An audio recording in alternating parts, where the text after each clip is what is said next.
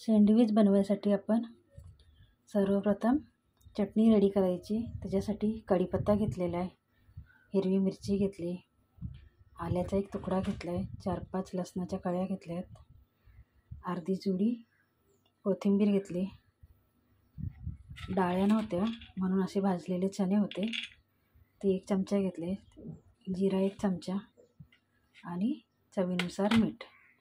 आता ही सर्व वस्तू आपण छान व्यवस्थित मिक्स करून घेऊ, वाटून घेऊ।